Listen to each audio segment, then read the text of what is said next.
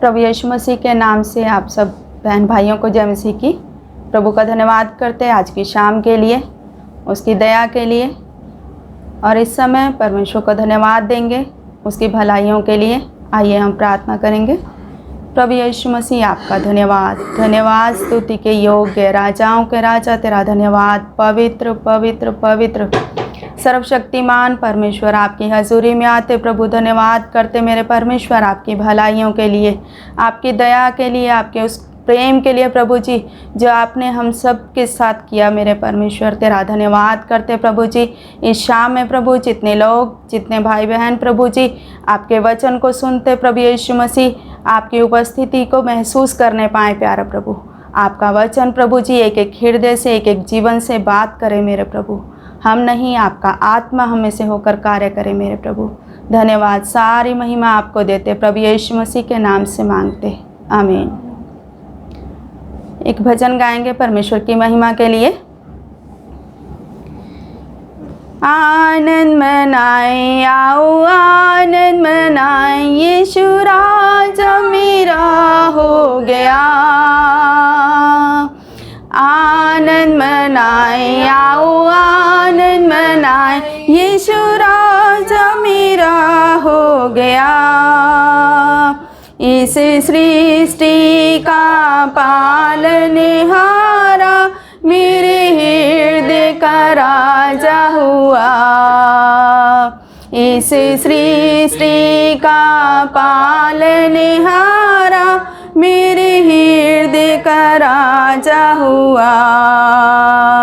मेरे बालकपन से उसने मुझे चुन लिया, मैं था भटका और दूर हो गया। मेरे बालकपन से उसने मुझे चुन लिया, मैं था भटका और दूर हो गया। उसकी करुणा ने फिर भी नहीं छोड़ा, नया जीवन मुझे दे दिया। उसकी करुणा ने फिर भी नहीं छोड़ा, नया जीवन मुझे दे दिया।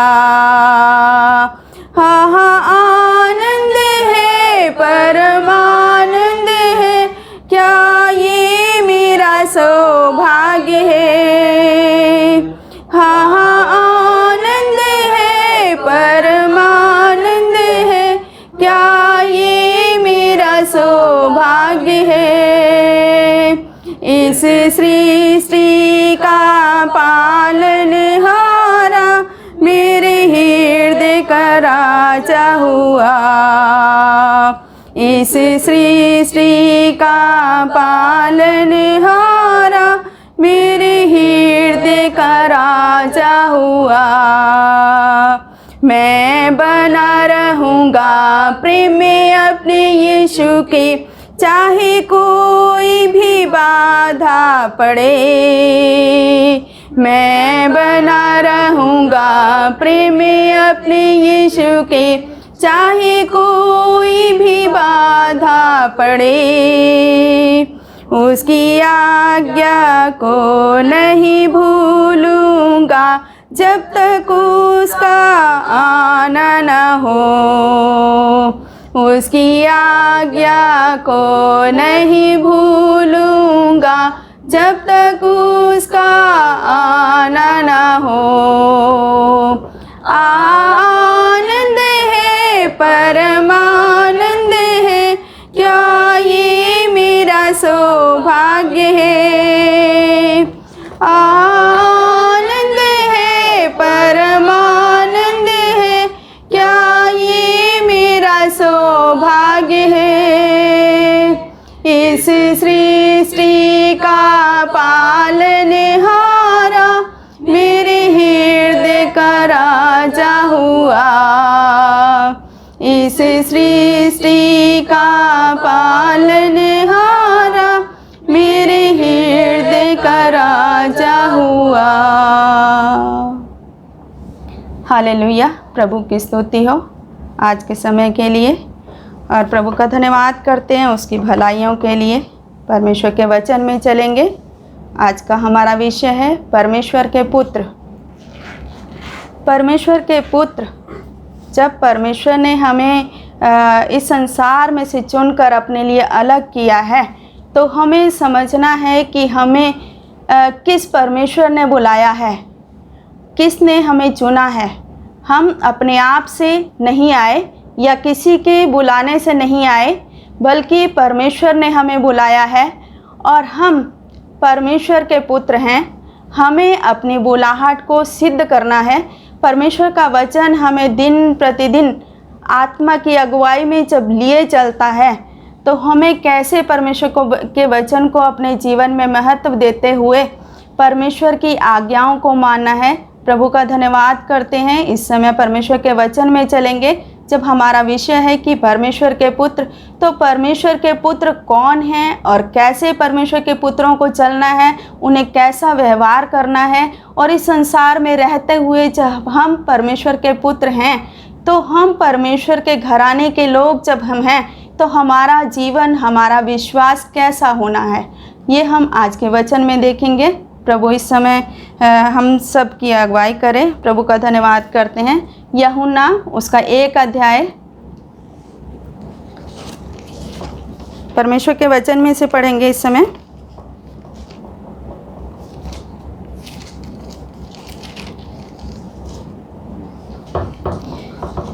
परमेश्वर का वचन कहता है, परंतु जितनों ने उसे ग्रहण किया। यूहन्ना उसका 1 अध्याय उसकी 12 और 13 आयत हम पढ़ेंगे। परंतु जितनों ने उसे ग्रहण किया, उसने उन्हें परमेश्वर के संतान होने का अधिकार दिया, अर्थात उन्हें जो उसके नाम पर विश्वास रखते हैं। वे ना तो लहू से, ना शरीर की इच्छा से, ना मनुष्य की इच्छा से, परंतु परमेश्वर से उत्पन्न हुए हैं। यहाँ पर कौन परमेश्वर के पुत्र हैं? परमेश्वर ने जिन्हें, परमेश्वर का वचन कहता है जितनों ने उसे ग्रहण किया। परमेश्वर के वचन में जितनों ने परमेश्वर का वचन बताता है, चाहे वो किसी भी धर्म, जाति, किसी भी कुल से, संप्रदाय से हैं, लेकिन जितनों ने भी यीशु मसीह के ऊपर विश्वास किया है, उसे अपना उद्धारकर्ता ग्रहण किया है, वो उनको किसी मनुष्य ने नहीं बुलाया, उनको किसी अपनी स्वयं की इच्छा से वो नहीं आए, लेकिन परमेश्वर का वचन बताता है वो स्वयं की इच्छा से नहीं आए हैं। इसमें लिखा है, वे ना तो मनुष्य की इच्छा से, ना शरीर की इच्छा से, परंतु परमेश्वर से उत्पन्न हुए हैं। कैसे ये परमेश्वर के पुत्र हो गए? क्योंकि वो परमेश्वर से ही उत्पन्न हुए हैं, इसलिए वे परमेश्वर के पुत्र हैं। प्रभु का धन्यवाद करते इस वचन के लिए कि जो परमेश्वर के लोग हैं वो कैसे हैं परमेश्वर के पुत्र। परमेश्वर का वचन बताता है कि वे परमेश्वर से ही उत्पन्न हुए हैं। संसार में जब हम देखते हैं कि परमेश्वर के लोग अनगिनत जगह जगह पर हम देखते हैं कि प्रभु के ऊपर विश्वास करते हैं लोग, लेकिन परमेश्वर किन्हें परमेश्वर का वचन सिद्ध करता है कि कौन परमेश्वर के पुत्र हैं? सभी परमेश्वर के वचन को पढ़ने वाले, परमेश्वर को मानने वाले सभी कहते हैं कि हम परमेश्वर के पुत्र हैं, हम परमेश्वर के लोग हैं। लेकिन परमेश्वर का वचन किन्हें कहता है कि वो कौन परमेश्वर के पुत्र हैं? परमेश्वर का वचन कहता है कि जो परमेश्वर से उत्पन्न हुए हैं वे ही परमेश्वर के पुत्र हैं। आगे हम एक वचन पढ़ेंगे, इफिसियों। जब हम परमेश्वर के पुत्र हैं तो हम कहाँ पर हैं? हम तो हमें समझना है उस बात को। इफिसियों उसका 2 अध्याय उसकी हम पढ़ेंगे 19 आयत।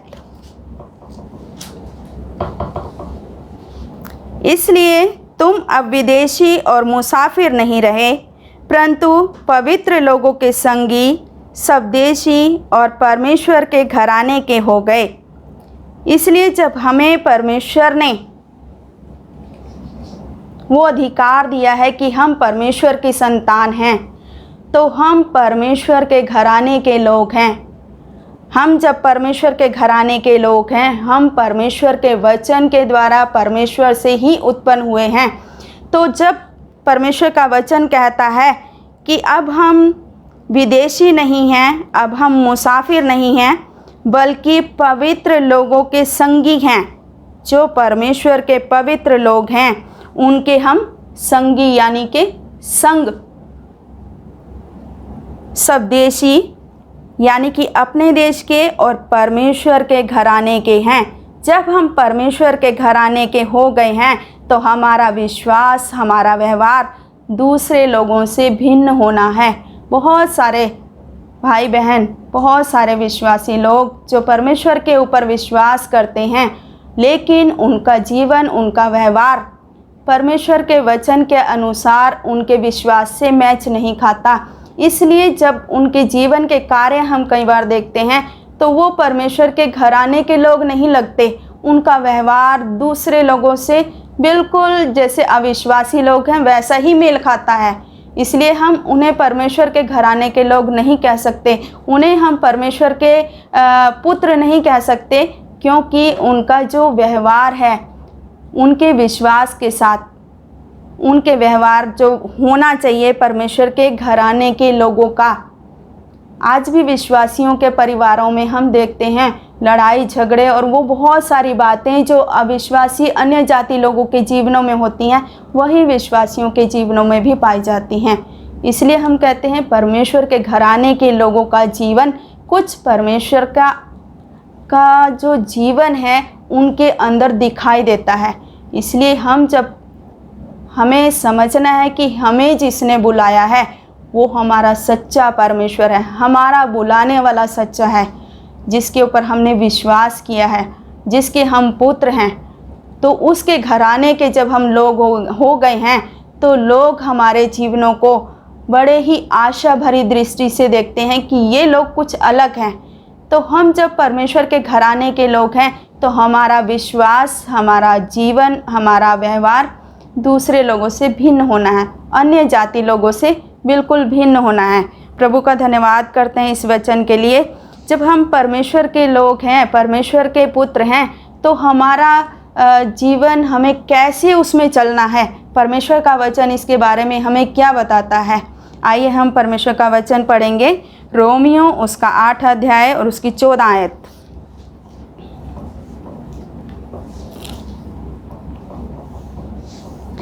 इसलिए कि जितने लोग परमेश्वर की आत्मा के चलाए चलते हैं वे ही परमेश्वर के पुत्र हैं। इसमें परमेश्वर का वचन कहता है जितने लोग परमेश्वर की आत्मा के चलाए चलते हैं वे ही परमेश्वर के पुत्र हैं। अन्यथा जितने मर्जी लोगों ने बपतिस्मा लिया है, जितने मर्जी लोगों ने विश्वास किया है, वे परमेश्वर के पुत्र नहीं है। परमेश्वर का वचन इस चीज़ को प्रमाणित करता है। लिखा है जितने लोग, जितने यानी कि बहुत सारे लोगों ने विश्वास किया है, बहुत सारे लोगों ने बपतिस्मा लिया है, पवित्र आत्मा पाया है, लेकिन वो परमेश्वर की आत्मा के अनुसार नहीं चलते। परमेश्वर की आत्मा के अनुसार का मतलब है कि जैसा परमेश्वर का आत्मा कहता है मुझे सिर्फ वही करना है, वो है परमेश्वर की आत्मा के अनुसार चलने वाला जीवन। उसमें अपनी स्वयं की इच्छा कहीं भी नहीं रही, ना ही हमारे उन रिश्तेदारों की, उन समाज से जिनसे हम डर कर प्रभु की इच्छा को अपने जीवन में होने के लिए छोड़ देते हैं। प्रभु का वचन कहता है जितने लोग परमेश्वर की आत्मा के चलाए चलते हैं। आज हमें चलना है तो परमेश्वर की आत्मा की अगुवाई में चलना है। परमेश्वर के आत्मा के अनुसार जैसा परमेश्वर का वचन कहता है, जैसा परमेश्वर का आत्मा लिए चलता है, जो मेरा प्रभु कहेगा। वचन जब हम पढ़ते हैं तो परमेश्वर का आत्मा हमसे बात करता है। जब परमेश्वर की आत्मा की अगुवाई में हम चलते हैं तो हमारा जीवन दिन प्रतिदिन हम परमेश्वर की और उपस्थिति को अपने जीवन में महसूस करते हैं।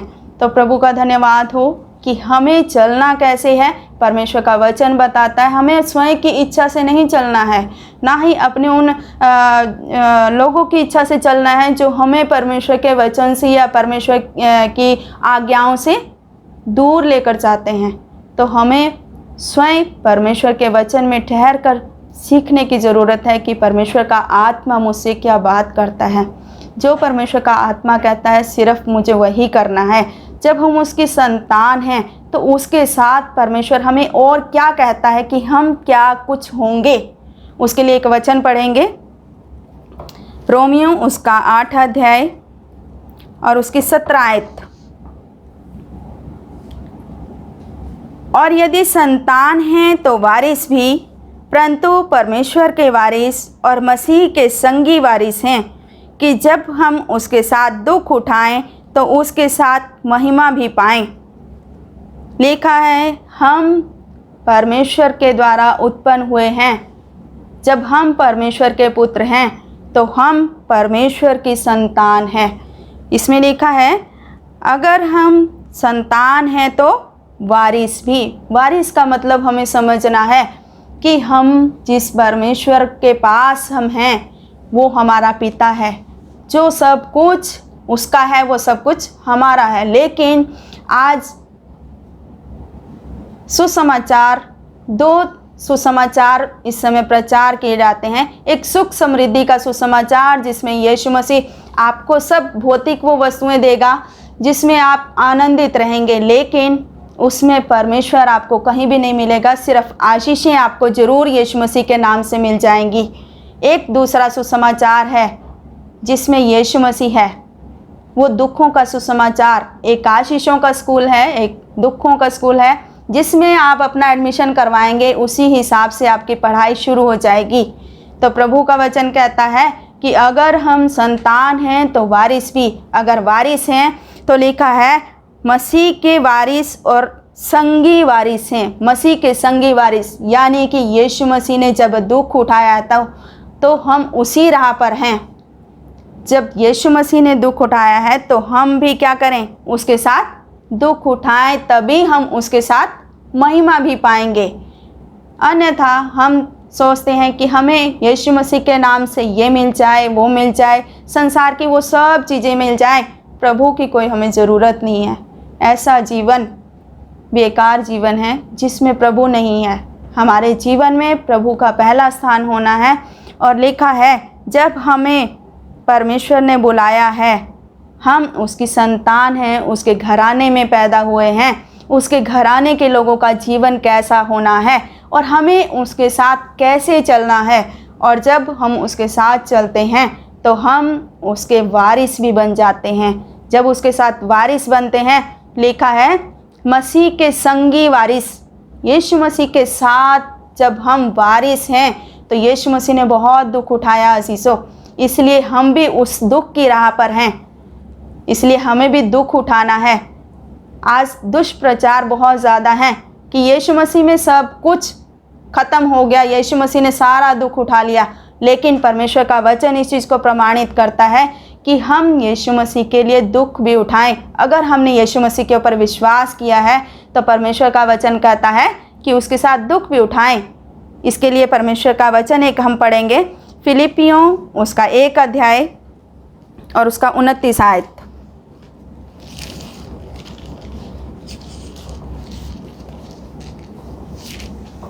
क्योंकि मसीह के कारण तुम पर यह अनुग्रह हुआ कि न केवल उस पर विश्वास करो पर उसके लिए दुख भी उठाओ।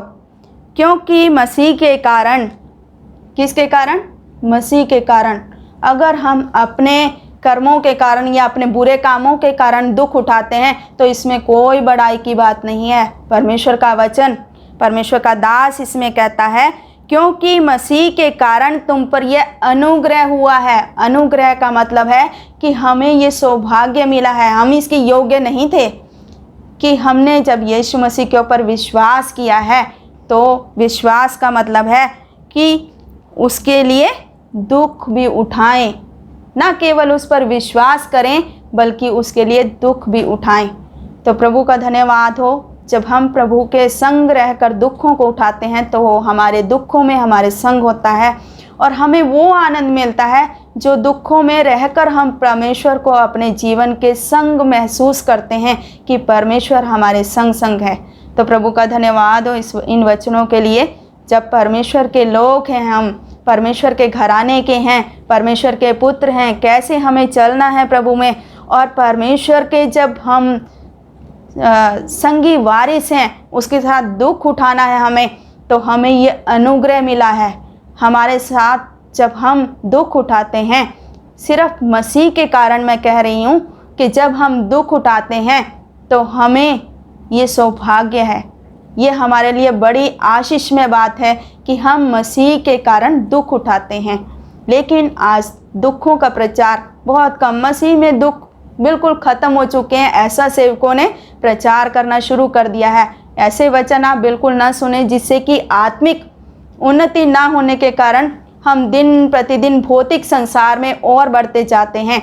जब हम भौतिक आशीषों का जो वचन लोग प्रचार करते हैं उसमें हम नरक की ओर बढ़ रहे हैं अजीज़ों, हम परमेश्वर के नज़दीक नहीं जा रहे।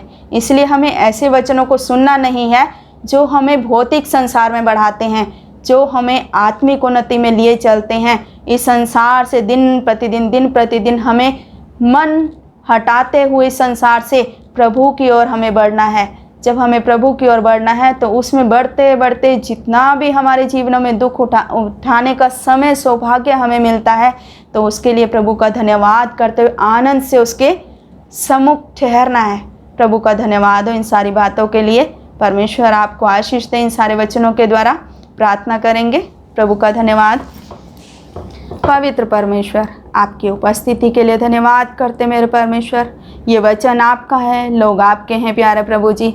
जितने लोगों ने आपके वचन को सुना है मेरे परमेश्वर, आपका आत्मा एक एक हृदय एक एक जीवन में कार्य करे मेरे प्रभु। लोगों के जीवन हृदय व्यवहार बदलने पाए प्यारा प्रभु यीशु मसीह। एक एक जन को प्रभु जी जो आपका वचन सुनते मेरे प्रभु, आपने बुलाया मेरे प्रभु, आपने चुना है मेरे परमेश्वर। होने दे एक एक जन प्रभु जी इन दिनों में अपनी आत्मिक उन्नति में बढ़ते हुए प्रभु जी आपके लिए अपने आप को तैयार करने पाए प्यारा प्रभु। प्रभु जी संसार में रहते प्रभु जी संसार की वस्तुओं में मन न लगाए मेरे परमेश्वर, बल्कि प्रभु जी आपके कारण जो दुख आते मेरे प्रभु उसमें आनंदित होते हुए प्रभु जी आपकी उपस्थिति को अपने जीवन में महसूस करने पाए प्यारे प्रभु। धन्यवाद करते प्रभु जी आपके घराने के लोगों का जीवन कैसा होना है प्रभु, जो आपके वचन के द्वारा आज हमने सीखा है मेरे परमेश्वर। एक एक का जीवन प्रभु जी आपके वचन के अनुसार होने पाए, ताकि प्रभु जी जो आपकी आत्मा के अनुसार चलते हैं प्रभु वे ही आपके पुत्र हैं प्रभु। एक एक जन प्रभु आपका पुत्र बनने पाए मेरे परमेश्वर। धन्यवाद करते सारी बातों के लिए, सारी महिमा आपको देते। छोटी सी विनती यीशु के नाम से मांगते, आमीन। आप सबको जय मसीह की। प्रभु का धन्यवाद।